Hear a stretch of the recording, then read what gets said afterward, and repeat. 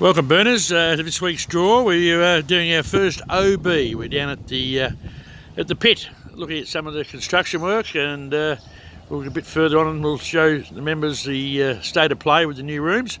As I pan around to our temporary home, which never quite got used, I run into Mr. Michael McCoy. Hello, Michael.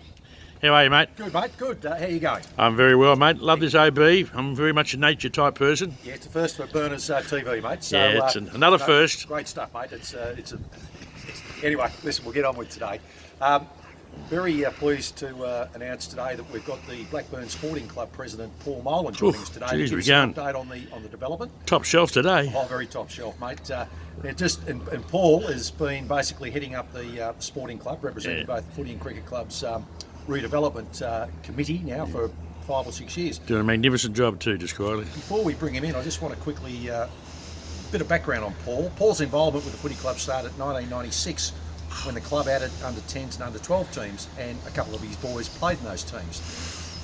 He's now had over 20 years involvement with the club, from a parent to a trainer to junior committees to senior committees. He's had stints as the president, vice president and treasurer on both junior and seniors. He's also been a barman, he's been the general dog's body, he picks poo up off the ground before games. Chuck-a-outer. He's obviously a live member of the club, and he also represented the footy club on the EFL board for 4 years from 2010. So this bloke's got absolute form in terms of what he's done for the footy club over the years. Magnificent. And for the sporting club in terms of this development. All right, well, let's bring him in, Derm. Paul, righto, Paul, you can wander over here. You just move into the picture there, mate. There he is. Gee whiz, what's he got on? Hang on a second. Bloody hell, it's a ball. It's a ball and bloody top. What's going on there? I thought I'd, show you what my roots are all about, where I came from, that's all. Jesus. And this is just bring it in just before I put it in the fire. You look at him. All right, good. Righto, mate. Well, listen, you're with Blackburn now, so can we get that bloody horrendous thing off? Let's burn it. Sacrificial offering. Fantastic. Well, coincidentally, Mike, we were going to play Bourne this week. We were down to play Bourne at Bourne, so that looks better, mate. The red and black. That's better. Well done. Gee whiz, look at that. Now, welcome, Paul. Just a quick history which I've picked up on what we used to have over here. 1958, the new pavilion was built at Norton Park. 66, a library was built to replace Blackburn Hall, which I think was next door to it. 1968, we built the canteen. 1981, the scoreboard was built. 1995, the coaches' boxes were built. 97, the eastern ground was upgraded with drainage and water reticulation. That's the top ground. In 1999, we added 2 change rooms at the rear with showers, toilets, trainers' room and store. And the grandstand on the western side of the pavilion was enclosed, and we put a viewing space in there at an upper level and created new bar, kitchen and toilets. In 2007, we added 2 junior change rooms and a store at the rear. 2012, the western ground was upgraded with drainage and water retic, and in 2015 we added the electronic screen to the scoreboard. That's quite a bit of background. So why did we decide that it was time to build a new pavilion? Well, I guess we had to push for it pretty hard with the council. I mean, probably the reason why our original building hadn't been knocked over well before it had was because of what you've just read out. The clubs that got together and upgraded the facilities that we had progressively over time. If we hadn't done that and left it in the condition it had been in, probably the joint would have been knocked over 20 years ago anyway. So we probably did ourselves a bit of a disservice. And as you know, the old building, the way it finished up, wasn't catering properly for the many women that were getting involved in football. Wasn't catering adequately for people with disabilities. And of course the water rushing through the front door was never very good for the smell internally either once the carpet started rotting. So yeah, there were a lot of reasons why it just had to happen. We just had to get it pushed up the council priority list. That was the difficult part. And I know in late 2014 was when it was all kicked off. I think you engaged Mark Edwards to start preparing some drawings. Yes, Mark Edwards put in the funds that were required to get a local architect to develop some plans, and that gave us the basis on which we could get some costings done. and start talking to people like Michael Sukkar. And Michael Sukkar has been a great supporter of sporting clubs within his electorate over the last probably 10 years. And he provided the original amount of the funding, the $500,000 from the federal government, which of course put it uppermost in the council's mind then about not missing out on that funding to be able to upgrade one of its facilities. So after a couple of more years of hard work, we managed to get it into one of their budgets, and you can see the results now. Well, the very slow results. Yes, we'll have a look at that in a minute. My understanding was that it was not due to get built for some time yet, and there was some serious lobbying of local councillors that brought it forward. Yeah, there was. It wasn't in the council's 10-year capital works program at the time, so they needed a lot of convincing that this is where they had to put their money in. And yeah, we put in a lot of work on the local councillors and of course on Michael Sukkar, who applied a fair amount of pressure from his end as well. So I think at the end of the day we're pretty lucky to get it up, but the timing's been quite good, seeing it's interrupted this year of non-football, and hopefully it'll be finished for the start of next season. Well, that's true. Now I know that during this period of time that there were thoughts of doing a two-storey building. There were a number of options. The two-storey building, which I think most people favoured, wasn't able to get up because of funding. Is that right? Well, yeah, it was the one that we favoured because it was taking up less open space, and of course it would have provided much better viewing of the top and bottom ground.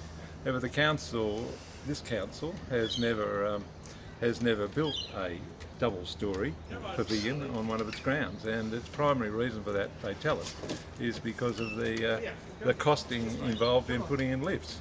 Now, lifts these days can be put in, supply and maintain over a long period of time, and to us that was just ridiculous. And you can see with the difficulties they've been having accessing this site in putting it in single story and trying to protect the vegetation, etc., that a double story would have been a much easier option for a build on a constricted site like this. Okay.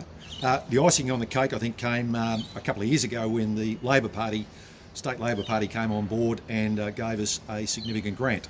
Yes, that's right. Well, we had been pushing for the Labor Party to provide the additional funding required because there was an increase in cost in going to the double story, but because of timing, they did not get that response to us before the council made their decision about going ahead with a single story development.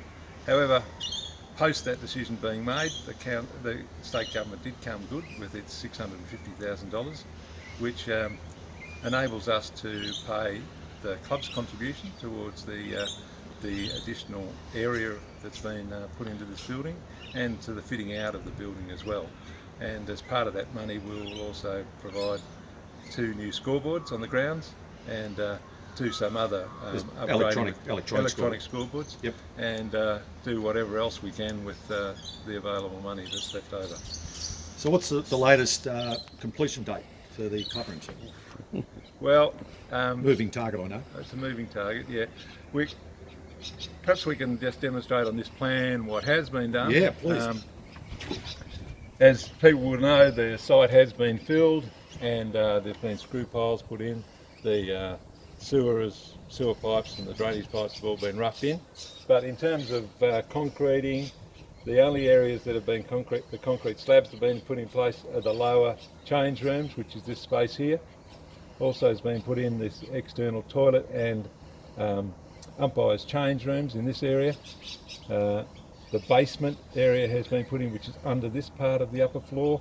Now that's all in place. That's a fairly large storeroom. That's a 65 square metre storage space, yes, that will be available to cricket and football clubs. Which part of the Labor Party's money we're using for that? For that, yeah.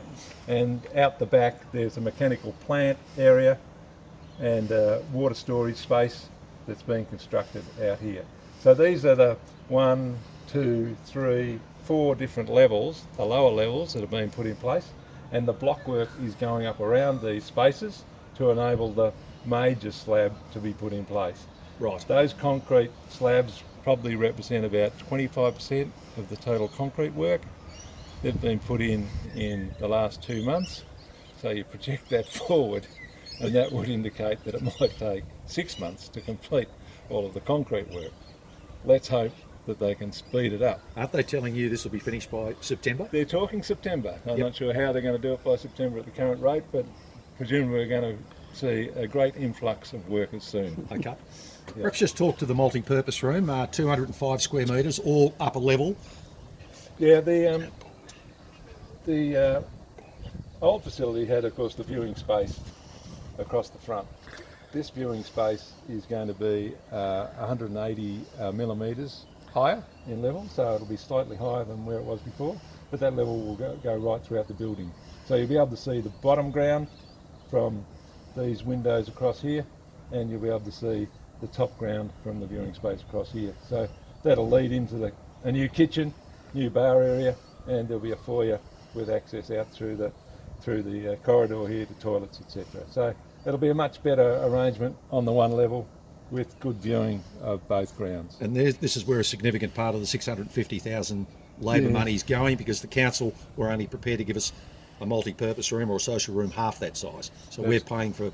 That's correct, yeah. The standard council policy talks about only providing 100 square metres of multi-purpose room, social room, and the way that they increase that normally on some of their other grounds is to link it into their change rooms so that the players can get changed. When they're finished playing, they can open that area up and you have a change area into a social space, which for us was never going to work because of the sort of lunches that we have. You know, we have 200 people in there having their lunch.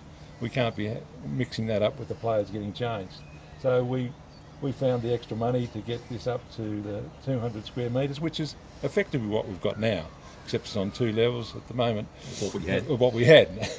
There was 150 square metres at the lower level and 50, making the total of 200. So this will be a much more usable space for us into the future. Okay, and the grandstand, the new grandstand there? The new grandstand will be pretty, well, slightly smaller than what was there previously, but you know. And that's pretty much right behind the goals, just so people understand. Yeah, the goals are around here. Okay. Originally it was proposed to put them behind the goals, and we objected to that, and they changed the plans around. All right. Yeah. Okay, fantastic, Paul. What we're going to do now is take a pause, and we'll head over and just do a little bit of filming. Yeah. Thanks, mate. Okay, joining it again. Rightio, Paul.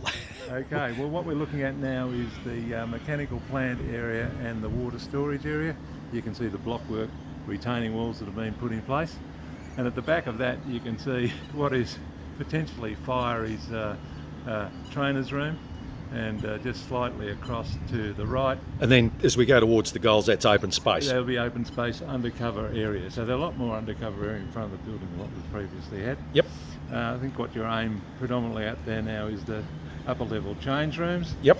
You can see those there, and as you pan across you can see that's the walkway that goes down beside the umpire's change room, and when you go down to the lower level, the very furthest thing you can see is the blockwork wall against the lower level change rooms. Okay, fantastic, mate. That's good. We might go and have a view from another angle. Other end. Yep.